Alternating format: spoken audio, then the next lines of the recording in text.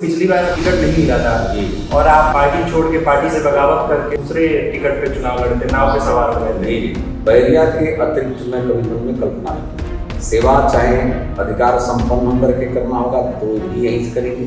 आपने कहा था कि नहीं, जो आएगा उसका काम सही हो करेंगे, और चूंकि यहाँ पे आपके परम मित्र को ही भेज दिया गया था, लेकिन आपने पार्टी से बगावत किया। जी। आप नाव पे सवार हुए, बीजेपी भी हारी, आप भी हार गए। मेरे यहाँ वो पूछने तक नहीं आए। तो मेरे जीवन का अपना एक उसूल जरूर है कि मैं सामाजिक जीवन या राजनीति परिक्रमा करके और पैर छू करके करता हूँ। ये जो टैग लगा हुआ है आप पे अभिवाद करते हैं, इसको मिटाया जाए। ये जो भी कहता है वो अपने उस गुंठित मानसिकता का कारण करता है। मैं सच में क्षत्रिय धर्म का पालन करता हूँ।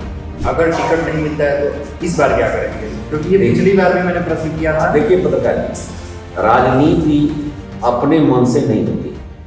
राजनीति अपने शुभचिंतकों, कार्यकर्ताओं और सहयोगियों की इच्छा पर भी होता है। चुनाव लड़ना केवल अपने ऊपर निर्भर नहीं करता। आपने एक बयान दिया था कि हर हिंदू 5 बच्चे पैदा करें, तभी बचेगा सनातन धर्म। देखिए हकीकत ये है कि मैं आज भी उस विषय पर कायम हूँ। नहीं तो ये बताइए, 2014 से केंद्र में आप लोग हैं, 17 से राज्य में आप लोग हैं, फिर हिंदू खतरे में कैसे आ जा रहा है? बहुत बढ़िया सेंट आप कहीं भी छिड़क दीजिए, चंदन भी लगा दीजिए, लेकिन यदि जो भी गंदे प्रवृत्ति के प्राणी हैं वो अपनी गंदगी फैलाएंगे।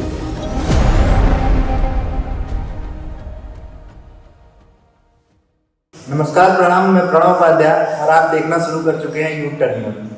आज हमारे साथ वो शख्सियत हैं जिनके बारे में आप शायद थंबनेल देखकर पहचान चुके होंगे। इनके बारे में कुछ हम क्या बताएं, आप खुद समझ जाएंगे पूरा इंटरव्यू खत्म होने तक, लेकिन उससे पहले आपको इनको सुनना पड़ेगा। हमारे साथ मौजूद हैं बलिया के बैरिया विधानसभा से पूर्व विधायक श्री सुरेंद्र नाथ सिंह जी। सर नमस्कार। नमस्कार। कैसे हैं आप? बिल्कुल ठीक है। कैसी तैयारी चल रही है? अभी चुनाव में पूरे 1 साल बचे हुए हैं।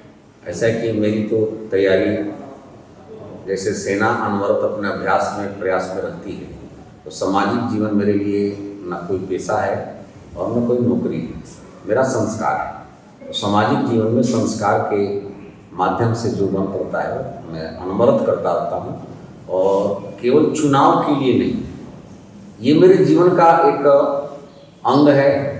और जब शिक्षक था, शिक्षक जीवन में भी, विधायक बना तो विधायक जीवन में, विधायक से हट गया तो भी मेरा जो भी एक जीवन शैली है, समाज रक्षा, समाज में अत्याचारियों, भ्रष्टाचारियों, कर्मचारियों, अधिकारियों, वो समाज से कैसे बचाया जा सके, उसके लिए हम क्या प्रयास कर सकते हैं, वो हमेशा करता हूँ। बलिया में बलिया सदर का एक सीट है और एक बैरिया है, तो सदर से ज़्यादा इम्पोर्टेंट हो जाता है बैरिया का सीट।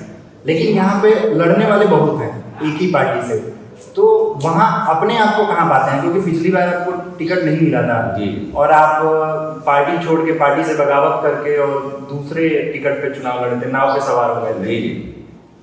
देखिए पत्रकार जी, मेरी कर्म भूमि बैरिया है, तो बैरिया के अतिरिक्त मैं कभी मन में कल्पना नहीं करता। सेवा चाहे अधिकार संपन्न होकर के करना होगा तो भी यहीं से करेंगे, और इससे हट करके भी कर ही रहा हूँ, पहले भी करता था। तो मेरा तो केवल बैरिया की जनता ने मुझे एक बार प्रतिष्ठित पद दिया है, माननीय बनाया है, एक शिक्षक से माननीय बनाए हैं। शिक्षक तो अपने आप में सम्मानित पद है ही, लेकिन एक प्रजातांत्रिक व्यवस्था में भी जो माननीय पद दिया, तो मैं बैरिया की जनता का ऋणी हूँ। और जब तक ये जीवन रहेगा, पद पर रहूँ न रहूँ, चाहे किसी भी बेस में रहूँ, किसी भी परिस्थिति में रहूँ, मैं बैरिया की जनता का सेवा करता रहूँगा जब तक जीवन है तब तक।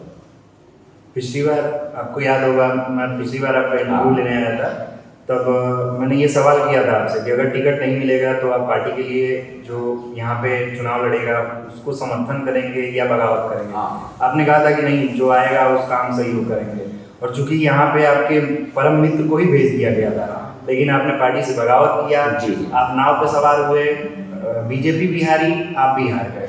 देखिए पत्रकार जी, मैं बिल्कुल नहीं लड़ता, लेकिन मेरे मित्र जरूर थे, इसमें कोई दो राय नहीं। आज भी मेरे मित्र हैं, मेरे यहाँ वो पूछने तक नहीं आए। तो मेरे जीवन का अपना एक उसूल जरूर है कि मैं सामाजिक जीवन या राजनीति परिक्रमा करके और पैर छू करके नहीं करता हूँ। न परिक्रमा करता हूँ, न पैर छू करके राजनीति करने का अपना स्वभाव है। सेवा, संस्कार और पुरुषार्थ से जो भी राजनीति में भी सफलता मिली होगी, मिलेगी। यदि वो आए होते, मेरे यहाँ आए भी नहीं। एक जो व्यक्ति यहाँ का वर्तमान विधायक रहा हो, वो भी 20 वर्षों में 2 बार आदरणीय विधायक, पूर्व विधायक भरत सिंह जी हारे यहाँ से। 7-12 में 2 बार बीजेपी यहाँ से हार चुकी थी नए परिसीमन में। नए परिसीमन में केवल और केवल मैं ही अभी जीता ही हूँ। उसके बाद फिर जो है हमको 17 में टिकट मिल गया तो मैं जीत गया। जबकि मेरी दृष्टि में सबसे क्रिटिकल चुनाव था वो। 2 ठाकुर दबंग लड़े हुए थे यहाँ, जो लोग 14,000 वोट पाए। उसके बाद ही मैं चुनाव यहाँ जीता। तो बाबा की जनता तो ये प्रमाणित कर चुकी है कि भाजपा के टिकट के नाम पर अभी तक 20 वर्षों में केवल और केवल सुरेंद्र सिंह ही जीते हैं। अभी तीसरा कोई नहीं जीता है बीजेपी के नाम नए प्रश्न। अभी आपने ठाकुर की बात की। प्रदेश में सीएम पे लगता है आरोप कि वो ठाकुरवाद कर रहे हैं।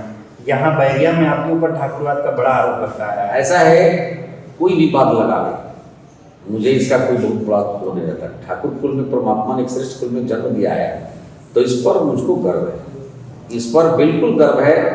और सबको अपने अपने भी कुल खानदान पर गर्व करना चाहिए। लेकिन ठाकुर का मतलब ये नहीं कि वो सिंह लिखते हैं। क्षत्रिय एक धर्म है और अत्याचारियों का विरोध करने के संस्कार को क्षत्रिय कहते हैं। राष्ट्र रक्षा के लिए अपने प्राणों को हंसते हंसते हंसते न्यौछावर कर देने वाले स्वभाव को क्षत्रिय करते हैं। जितने भी समाज के अराजक, आतंकवादी, माफिया हैं, उनसे समाज को रक्षा दिलाने वाले स्वभाव को क्षत्रिय करते हैं। वही नहीं, भ्रष्ट अधिकारियों, भ्रष्ट कर्मचारियों को रास्ते पर ला करके समाज को राहत देने के स्वभाव को कहते हैं क्षत्रिय। क्षत्रिय केवल सिंह लिखना और राजपूत कुल में पैदा हो जाना क्षत्रिय नहीं। क्षत्रिय का मतलब पूरे समाज को एक छत्र के रूप में सहयोग करना और विपत्ति काल में उसका साथ देना, सहयोग करना, अत्याचारियों से लड़ना, यह क्षत्रिय का धर्म है। क्षत्रिय का परिभाषा यही है। तेज क्षमा धृति शौर्य युद्धे चापलायनम दान विश्वर भावस्थम छात्रम कर्म स्वभाव।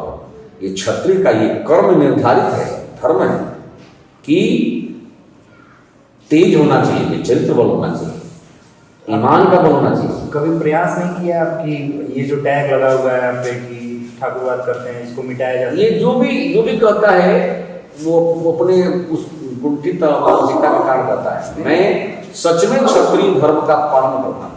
तो इसमें तो नुकसान आपका ही है। कोई नुकसान नहीं है। नुकसान क्या है हमारा? लाभ है। जैसे समाज कोई किसी अन्य जाति का हुआ, वो सोचेगा कि अरे देखिए, वो नहीं, कभी नहीं सोचेगा। जानता है कि गरीब भगवान राम ने क्या किया, किसी राजा महाराजाओं के महल में नहीं गया। मैं भी वही करता। मैं तो राम नहीं हो सकता, लेकिन अपने 60 वर्षों की उम्र में कभी किसी सामंतों का, कोई क्षत्रिय हो, चाहे राजपूत हो, चाहे कोई भी हो, किसी सामंतों के दरवाजे पर महलों में कभी हाजिरी नहीं लगाया। किसी अपने को बहुत बड़े धनवान बनने वाले व्यक्ति के सामने कभी याचना नहीं किया, न उसकी परिक्रमा किया। मैं गरीब दबे कुचले लोगों के बीच में रहकर अपने धर्म का पालन। आप इतना बागी क्यों हो जाते हैं? एक दयाशंकर सिंह के बारे में भी आप बोल दिए, बोला गया कि ऐसा है कि दयाशंकर जी के बारे में मैं क्या बोला? आपने बोला था कि नहीं, उनको मैं आशीर्वाद नहीं दूंगा। आशीर्वाद सब हम आशीर्वाद देने लायक है, तो दस्तपा कर देता हूँ। हमसे बड़े नेता टिकट मिला था भाई, वो वैसा है, वो हमारे बड़े नेता हैं, हम उनको आशीर्वाद कर देते हैं। उन्होंने फिर बाद में बोला कि नहीं, उनके गोद में मैं खेला हूँ। ऐसा है पत्रकार जी की राजनीति की भाषाएं कुछ होती हैं। मेरे जीवन का मार्ग अपना तय है। मैं सत्य आचरण पर ही राजनीति करता हूँ और सत्य बोल करके करता हूँ, झूठ साथ बोल करके राजनीति करता हूँ। अब आप अगर मान लीजिए कि अभी आप तैयारी कर रहे हैं, आपकी तैयारी भी अच्छी है, हम लोगों से बात भी की है, तो वो कहते हैं कि हाँ, हम उनके यहाँ जाते हैं तो हमारा काम होता है। लेकिन अगर फिर, चूंकि कहा नहीं जा सकता बीजेपी में कि वो कब किसको क्या टिकट दे दे। बिल्कुल बिल्कुल। तो अगर फिर आप इतना प्रयास कर रहे हैं, अगर आगे 27 में चुनाव है, अभी कम समय बचा हुआ है, साल भर से भी हमको लग रहा है साल भर बचा हुआ है, अगर टिकट नहीं मिलता है तो इस बार क्या करेंगे? क्योंकि ये पिछली बार भी मैंने प्रश्न किया था। देखिए पत्रकार जी, राजनीति अपने मन से नहीं होती है।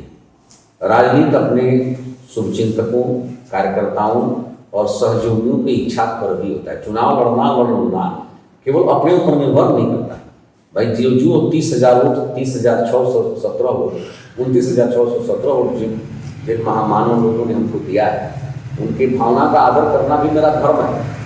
तो वो परिस्थिति बताएगी कि क्या हो सकता है। और मेरा अपना कोई राजनीति मेरा वो नहीं है, नहीं मिलेगा तो नहीं लड़ सकता, नहीं लड़ सकता, कोई वो नहीं है। लेकिन जब मैं कह रहा हूँ कि राजनीति जो है अपने मन का नहीं रह जाता भाई। जो समाज हमको चंदा दे रहा है और राजनीति करा रहा है, और तो नेता सब अपना पूंजी रखे हैं, पैसे ले लेते हैं। हमारा तो चंदे के बल पर चुनाव होता है और हमको पर्याप्त चुनाव में चंदा मिल जाता है। तो जो चुनाव और तन मन धन हमको दे करके राजनीति में आगे बढ़ाने की कल्पना लेकर काम कर रहा है, तो उसकी भावना का आदर करना भी मेरा धर्म है। तो वो परिस्थिति बताइए कि क्या हो सकता है। मतलब मैं टिकट जिसको मिलेगा हो, तो हमारी अपनी व्यक्तिगत कोई इच्छा नहीं। वैसे हमको उम्मीद है कि टिकट जरूर हमको मिलेगा, इसमें कोई दो राय नहीं है। क्योंकि 20 वर्षों में 2007 से लेकर के 27 तक 20 वर्ष हो रहा है। 20 वर्ष में 17 में मैं ही केवल जीता हूँ। इसके बात हुई अभी यहाँ चुनाव बीजेपी से नहीं जीता है। अभी 7-8 साल पहले आपने, अगर मैं गलत नहीं हूँ तो आपने एक बयान दिया था कि हर हिंदू 5 बच्चे पैदा करें, नहीं तभी बचेगा सनातन धर्म। देखिए, हकीकत ये है कि मैं आज भी उस विषय पर कायम हूँ। नहीं तो ये बताइए, 2014 से केंद्र में आप लोग हैं, 17 से केंद्र यहाँ राज्य में आप लोग हैं, फिर हिंदू खतरे में कैसे आ जा रहा है? फिर वही बात, ये बताइए, बहुत बढ़िया सेंट आप कहीं भी छिड़क दीजिए, चंदन भी लगा दीजिए, लेकिन यदि जो भी गंदी प्रवृत्ति के प्राणी हैं वो अपनी गंदगी फैलाएंगे। अब आप यदि आप इसकी 10 वर्ष और 14 से आप बात कल्पना कर रहे हैं मेरे भाई, हकीकत ये है कि जिसका सिद्धांत ही क्रूरता का है, उसको आप सदाचारिता की भाषा नहीं सिखा सकते। भारत में, दुनिया में, पूरी दुनिया में 2 ही संस्कृति चल रही है। एक जग संस्कृति है हिंदू कि हम लोग वातावरण को शुद्ध करने के लिए जग संस्कृति का अपनाते हैं। जगह करते हैं, हम करते हैं, गरीबों को दान देते हैं, भोज करते हैं, हम भोज करते हैं, भंडारा करते हैं। और दूसरी संस्कृति है कि जंग संस्कृति, वो लड़ने के लिए कोई ना कोई चाहिए। यदि हिंदू मिला तो पहले हिंदू को मारेंगे, हिंदू से लड़ेंगे। यदि हिंदू में कहीं नहीं मिला तो आपस में लड़ेंगे, सिया सुनी लड़ेंगे। यदि सिया सुनी भी खत्म हो गए तो बाप बेटा लड़ेगा। दुनिया का इतिहास है हमारा। आप जम्मू कश्मीर का उदाहरण आप लोग पत्रकार देखते नहीं है। जम्मू कश्मीर से ब्राह्मण और ठाकुर और वैश्य दलित समाज को भगाने वाला कौन? उनके बगल में वैसा उनका मुस्लिम पड़ोसी ही था, पड़ोसी ही भगाया। क्या लोग अपराध किए थे? कुछ भी अपराध नहीं किए थे, अपराध भी कुछ नहीं किए थे। लेकिन एक दिन में तो नहीं कह सकते ना, क्या सबको तो लेके नहीं चलेंगे ना कि हाँ ये सारे मुसलमान देश। देखिए, सारे नहीं, इसमें कोई दो राय नहीं है कि कुछ उसमें भी अच्छे लोग हैं। इसमें कोई दो राय नहीं कि मुस्लिम समाज में भी डॉक्टर अब्दुल कलाम जैसा बेटा भी पैदा किया है, जो राष्ट्रपति वीर अब्दुल हमीद भी मुस्लिम समाज से, बहादुर साहब जफर भी मुस्लिम समाज से। सबको नहीं कहा जा सकता है, लेकिन बहुसंख्यक जरूर। लेकिन ये 5 बच्चों वाली थ्योरी थोड़ा समझ में नहीं आ रही है। देखिए, जब प्रजातंत्र मतदान पर ही निर्भर करता है, तो आप मान लीजिए जिस भी इलाके में आपकी संख्या, हिंदू समाज की संख्या कम हो जाएगी, तो गारंटी के साथ मैं वहाँ उस समाज को पार्टी की जरूरत नहीं है, उनको केवल इस्लाम चाहिए, मुसलमान चाहिए। आप देखते ही हैं असम में क्या हुआ, 10 लाख के अंतर से पहला कोई सांसद जीता है असम में, मुसलमान। इसलिए जीता कि सब मुस्लिम समाज उसको दिए। तो जिस समय बहुसंख्यक हो जाएंगे, उस समय किसी भी राजनीतिक पार्टी हो, चाहे कांग्रेस हो, चाहे वो सपा बसपा हो, चाहे वो कोई भी हो, किसी का टिकट लेना उनके लिए कोई मजबूरी नहीं रहेगी। फिर तो वो इंडिपेंडेंट लड़ेंगे, और फिर क्या होगा परमात्मा जानता है, वो परिस्थिति जानता है। तो मैं तो यहाँ तक मन में बिल्कुल रखता हूँ कि हिंदू समाज के पतन का कारण हिंदू समाज ही बनेगा, हिंदू समाज बनेगा। प्रकृति प्रदत्त जो भी चीजें हैं, आप क्यों, कौन किसको विधाता दे देता है हमारा? बोलिए, एक बेटा पैदा करके भी क्या गारंटी है कि नियम बना लेंगे? नहीं बना सकते। गांधी जी भी 6वीं संतान था, गांधी 6वीं संतान थे अपने माता पिता। अभी भी आप अपनी बात पर stand कर रहे हैं। बिल्कुल उस बात पर बिल्कुल कायम हूँ। हिंदू समाज को भी जनसंख्या बढ़ाने में अपना सहयोग करना चाहिए। नहीं तो भारत जो है अभी तो नहीं, लेकिन 50 वर्षों बाद बहुत ही काला दिन दिखेगा। लेकिन आप ही लोग की तो पार्टी का ये जनसंख्या नियंत्रण कानून मैं अपना व्यक्तिगत विचार कर रहा हूँ, मैं अपना व्यक्तिगत विचार बताया आपको। मैं बिल्कुल नहीं, पार्टी का विचार जो होगा वो तो है, ठीक है, वो मानते हैं, लेकिन व्यक्तिगत विचार भी समाज में राजनीति में होते हैं ना। तो मेरा ये व्यक्तिगत विचार है कि हिंदू समाज को भी जनसंख्या बढ़ाना चाहिए, और तभी जो है देश बचेगा। आप कल्पना करिए कि भारत की धरती को हटा दिया जाए, फिर दुनिया में सनातन के मानने वालों के लिए रहने के लिए 1 इंच की भूमि है, अब कहाँ जाएंगे? इसके बाद कहाँ जाएंगे? पाकिस्तान से हिंदू भाग करके भारत आ जाता है, बांग्लादेश से भाग करके आ जाते हैं, कुछ लोग आ जाते हैं, लेकिन भारत की धरती छोड़ करके किसी हिंदू समाज को जाना पड़ा। तो कश्मीर, अब कल्पना करिए कि कश्मीर के हिंदू लोग दिल्ली में किस दुर्दशा प्राप्त हुए थे। कौन पूछा? कांग्रेसियों की सरकार रही 50 वर्षों तक, कोई पूछा? यदि उसमें भी कोई विचार थोड़ा करने का साहस किया तो केवल और केवल मोदी जैसा महामानव किया, दूसरा कोई नेता नहीं किया। उसके बस की बातें नहीं है। राजनीति इन सबों का धंधा है, राजनीति वो जो है विलासिता का एक सुंदर और सहज मार्ग है कांग्रेसियों के लिए। और भारतीय जनता पार्टी में हम सब तो नहीं कहेंगे, हम लोग तो उतने अच्छे नहीं हैं, लेकिन निश्चित रूप से कुछ साधक प्रवृत्ति के लोग हैं जिनके नेतृत्व में आज भारत कहला रहा है। नहीं तो भारत कहलाएगा नहीं बना। हिंदुस्तान तभी तक हिंदुस्तान है जिस समय तक भारत में हिंदुस्तान में हिंदू समाज बहुत संकट है। जिस समय हिंदू समाज बहुत संकट है, आप कर लेंगे? बोलिए, नहीं कर पाएगा। दूसरे की आप क्या करते हैं? आप रेवती जैसे बाजार में संकट पैदा हो जाता है, बहेरी में भी संकट पैदा हो जाता है, नहीं हो जाता है? कौन पूछता है? मुर्शिदाबाद में देखे नहीं क्या? तो हिंदुस्तान में आप लोगों को भी पत्रकारिता तभी तक सुरक्षित है जब तक हिंदू समाज बहुत संकट नहीं है, कोई बोलने नहीं देगा।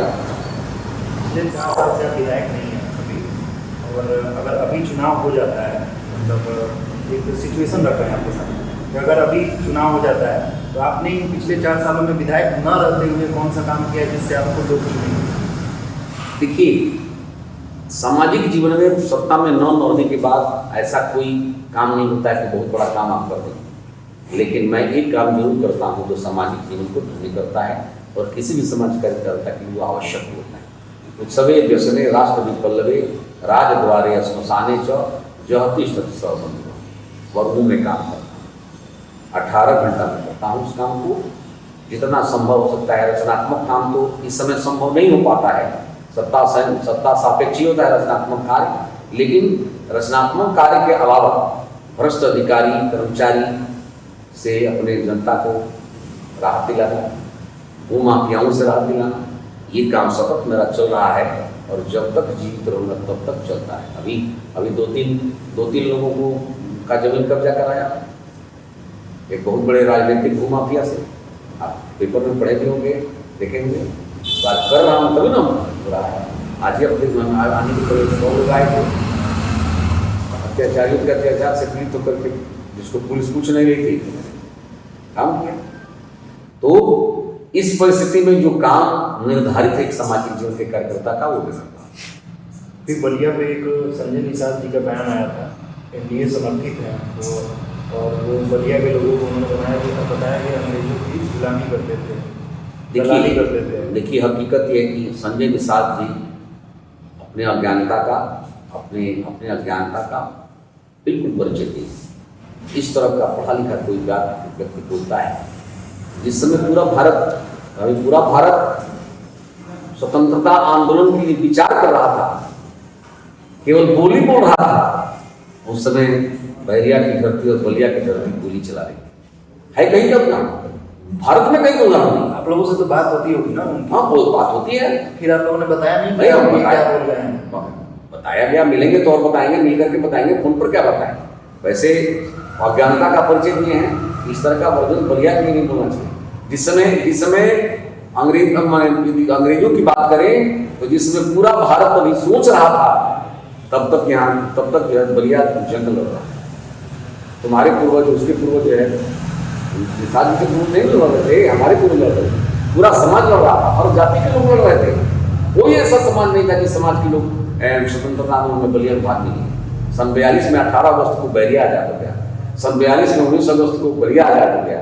तो अभी उसको अभियान इतिहास पढ़ा रहा हूँ और मैं तो जरूर कहूँगा संजय निषाद से आप सभी कह रहा हूँ कि मेरा संदेश जरूर जाए किसी न किसी माध्यम से कि बलिया का एक 8वीं में 7वीं में पढ़ने वाला भी नौजवान, किसी भी समाज का नौजवान होगा तो राष्ट्रभक्ति की परिभाषा यदि किसी को सीखना हो तो बलिया के नौजवानों से आकर के सीखे।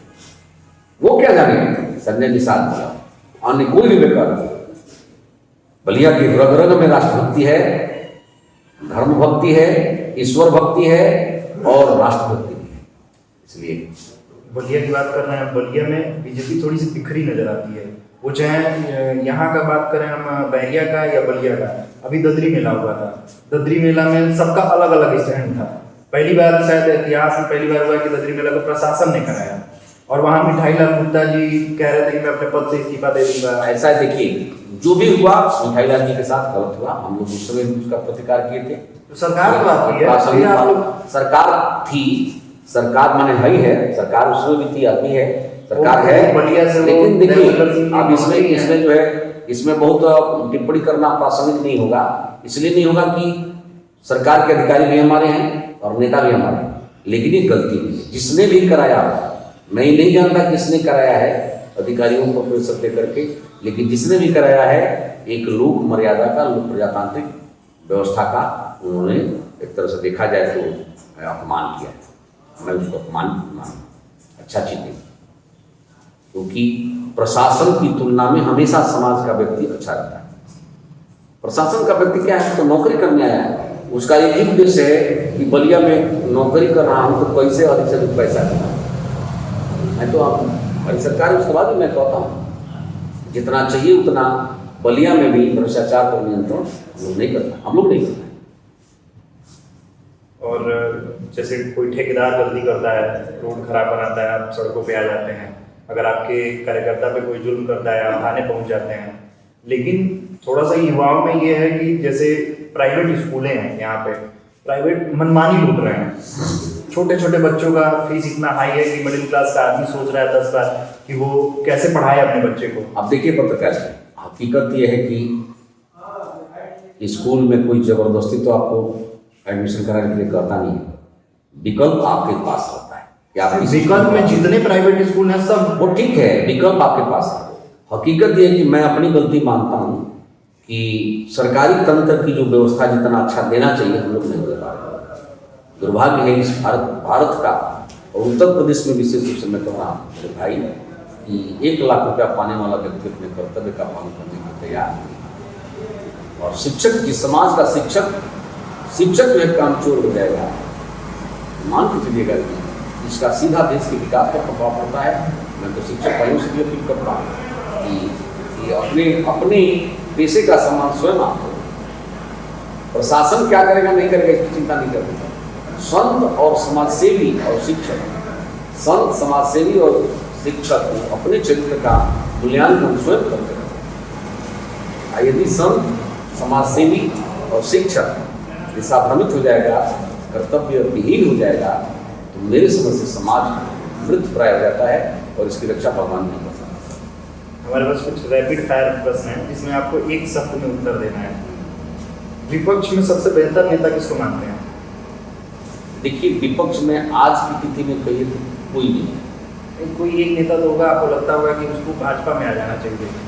अब राष्ट्रीय पैमाने पर तो कोई नहीं दिख रहा है, इसे नहीं कर सकते।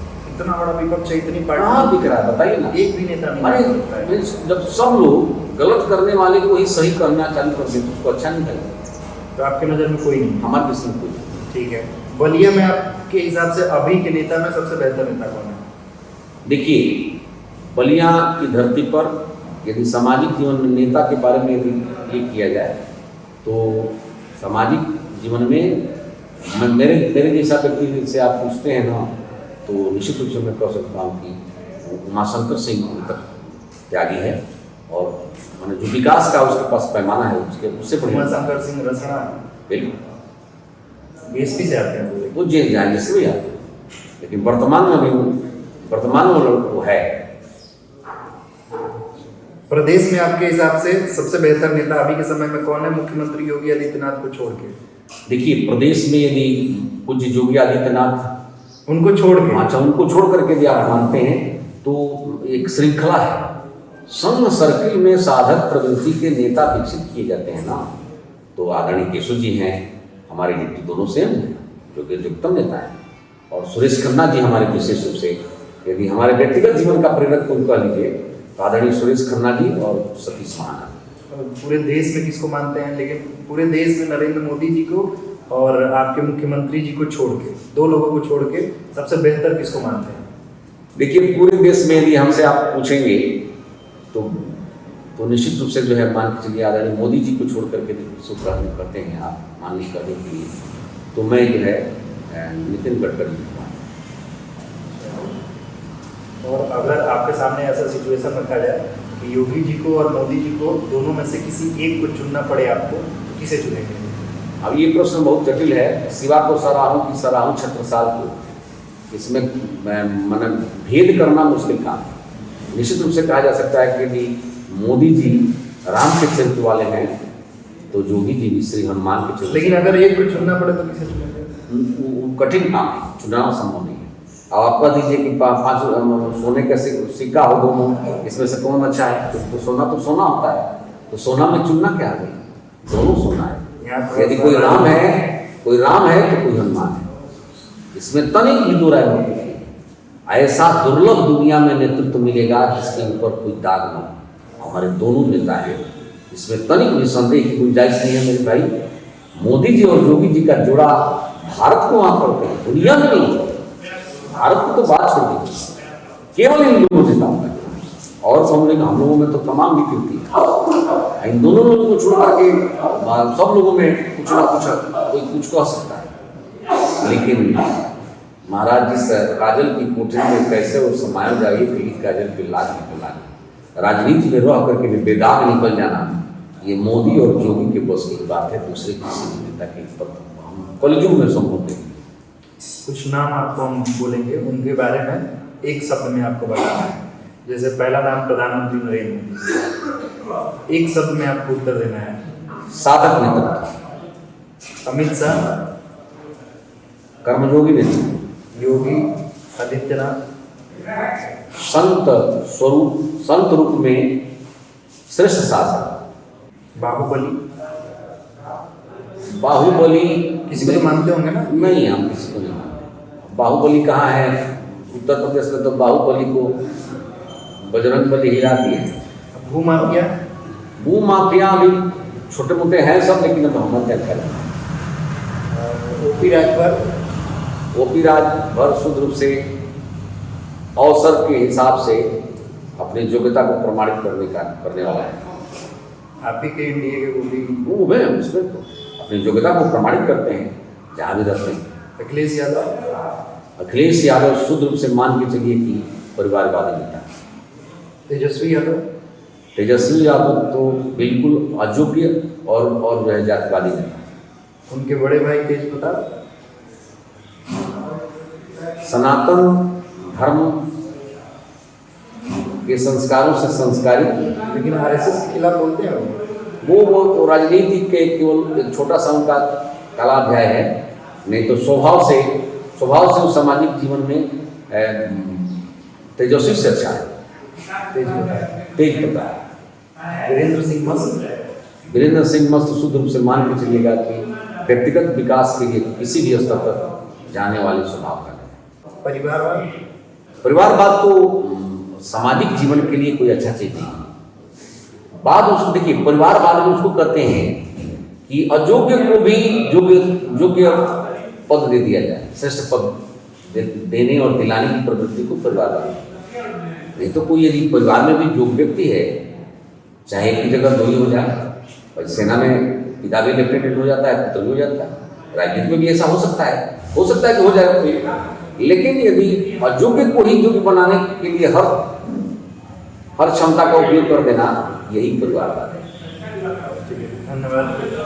आप देख रहे थे बैरिया के पूर्व विधायक सुरेंद्र नाथ सिंह जी को। अब आप समझ चुके होंगे कि इनको बागी क्यों कहते हैं। मैं प्रणव उपाध्याय, कैमरे के पीछे हैं सनी। धन्यवाद।